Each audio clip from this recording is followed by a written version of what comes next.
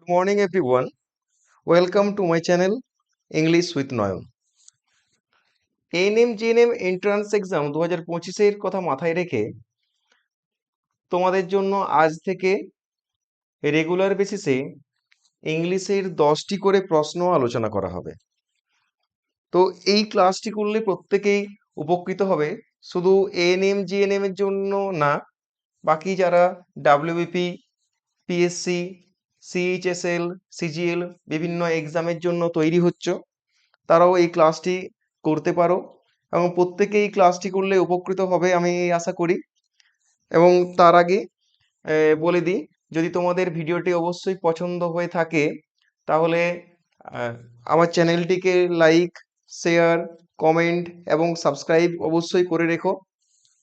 তাহলে আজকের যে 10টি প্রশ্ন, সেই 10টি প্রশ্ন আমি আলোচনা করছি তোমাদের সাথে। তো ফার্স্ট 1 থেকে 2 যে আছে, দেখো কি না, in these questions out of the four alternatives choose the one which can be substituted for the given words। প্রথম যে দুটি কোশ্চেন দিয়েছি, এই দুটি কোশ্চেন ওয়ান ওয়ার্ড সাবস্টিটিউশন থেকে। তাহলে দেখো এই place, first question, A place where fruit trees are grown, যেখানে কি ফলের গাছ জন্মায় আর কি, যেখানে ফলের গাছ হয় তাকে কি বলে? ফার্স্ট আছে orchard, farm, plantation, garden.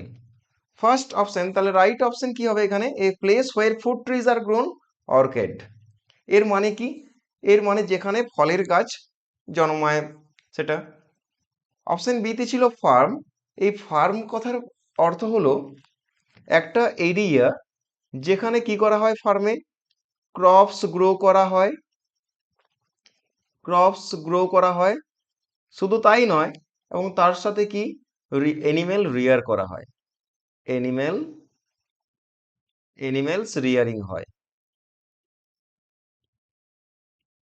Plantation, plantation কথার অর্থ, প্ল্যান্টেশন কথার অর্থ যে একটা অ্যাস্টেট, অ্যান অ্যাস্টেট, যেখানে কি হয়, একটা অ্যাস্টেট যেখানে তোমার সুগার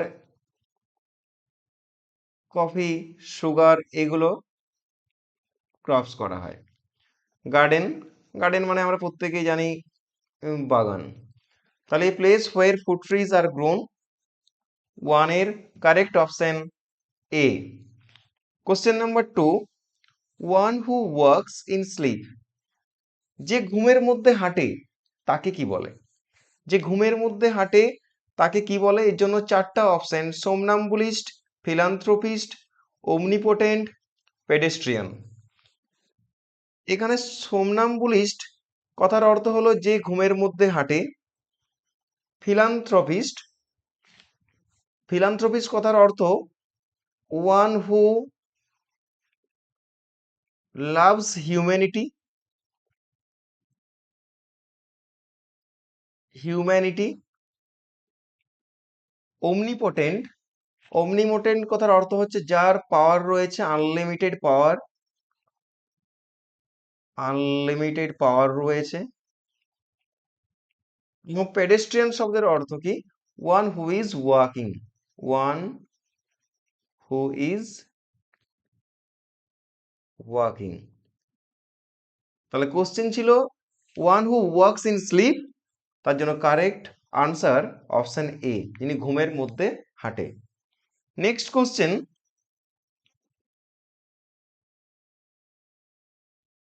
3 and 4, 3 আর 4 প্রশ্ন, choose the alternative which best expresses the meaning of the idiom and phrase. যে ইডিয়ম ফ্রেজ দেওয়া আছে তার মানে কি?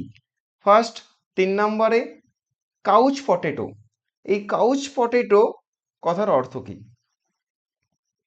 কাউচ পটেটো, এই কাউচ পটেটোর অর্থ হচ্ছে যে যে বেশি এমন একজন পার্সন যে প্রচুর পরিমাণে টিভি দেখে। তাহলে দেখো প্রচুর পরিমাণে টিভি দেখে, ঠিক আছে। তাহলে 4টা যে অপশন আছে এখানে কি? A person who sleeps all day, সারাদিন ঘুমায়, ভুল।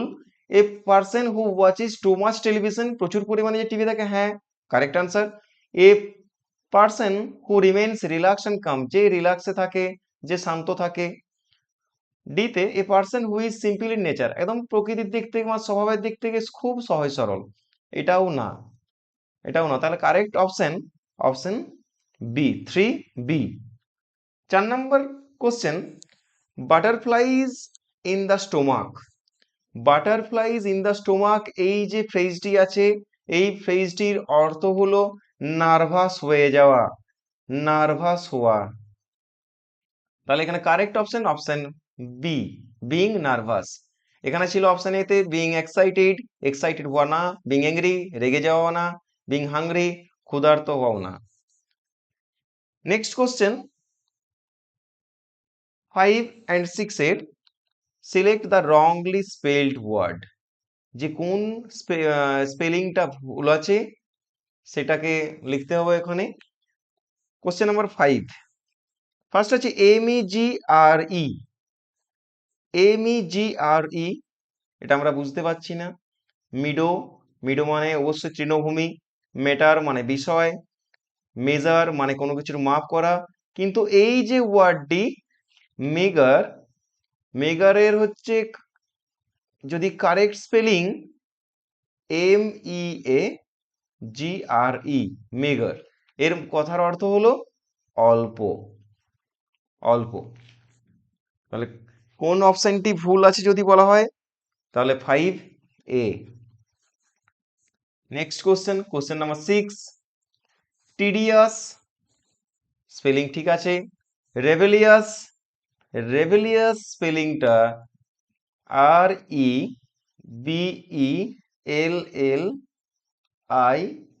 REBELLIOUS, rebellious. টিডিয়াস, রেবেলিয়াস, তাহলে আমরা প্রথমেই পেয়ে গেলাম ভুলটা, তাহলে অপশন বি তে এটা ভুল। তাহলে টিডিয়াস শব্দের অর্থ কি? টিডিয়াস শব্দের অর্থ হচ্ছে বিরক্তিকর, বিরক্তিকর। রেবেলিয়াস, রেবেলিয়াস হচ্ছে বিদ্রোহী। অ্যাডভান্টেজিয়াস সুবিধাজনক, স্পেলিংও ঠিক আছে, সুবিধাজনক। ভিক্টোরিয়াস বিজয়ী। নেক্সট কোশ্চেন 7 আর 8, এখানে বলা আছে select the correct passive form of the given sentence, যে সেন্টেন্স গুলো দেওয়া আছে তার পেসিভ ফর্ম, মানে এখানে ভয়েস চেঞ্জ করতে বলেছে। Question number 7 A the little puppy chewed my new slippers. The little puppy subject verb object. তাহলে সাবজেক্ট ভার্ব অবজেক্ট সিলেক্ট করা হয়ে গেছে। তাহলে আমরা জানি ভয়েস চেঞ্জের ক্ষেত্রে মানে অ্যাক্টিভ ভয়েস থেকে পেসিভ ভয়েসে, তাহলে অবজেক্টই পেসিভ ভয়েসে চলে আসে। তাহলে অবজেক্ট কোনটি? মাই নিউ স্লিপার্স। দেখো প্রত্যেকটা ক্ষেত্রে এসছে মাই নিউ স্লিপার্স, মাই নিউ স্লিপার্স, মাই নিউ স্লিপার্স, এখানেও তার চারটাতেই চলে এসছে। চিউড, চিউড মানে কোন tense? Past tense. Past tense মানে ওয়ের, হ্যাঁ ঠিক আছে।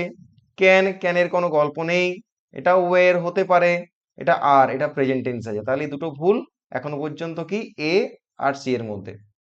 তারপরে কি, যখনই তোমার বি ভার্বটা বসে যাচ্ছে ওয়ের বসলো, ওয়ের বসার পরে চিউড ভার্বের 3 নম্বর ফর্ম V3, এটা হচ্ছে কারেক্ট আনসার। কারণ এখানে কি চিউইং দেওয়া আছে, তার মানে এটা ভুল, এগুলো ভুল। Correct option option C. Question number 8, now voice change. Give the command, give the command. প্রথমে ভয়েস চেঞ্জ করার আগে এটাকে দেখতে হবে এটা কি সেন্টেন্স। সেন্টেন্সটা ইম্পারেটিভ সেন্টেন্স, ইম্পারেটিভ সেন্টেন্স। আর ইম্পারেটিভ সেন্টেন্সকে যখন অ্যাক্টিভ ভয়েস থেকে প্যাসিভ ভয়েসে করব তখন কি দেবো, তার আগে স্ট্রাকচার হচ্ছে প্যাসিভ ভয়েস, প্যাসিভ ভয়েসে করার সময় late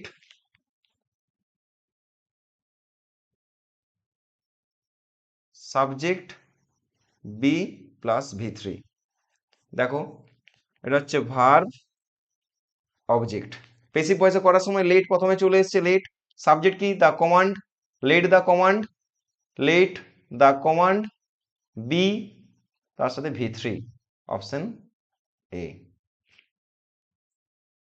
question number 9, 9 and 10 9 and 10 এ out of 4 alternatives select the one who is best expresses the same sentence in indirect and direct speech.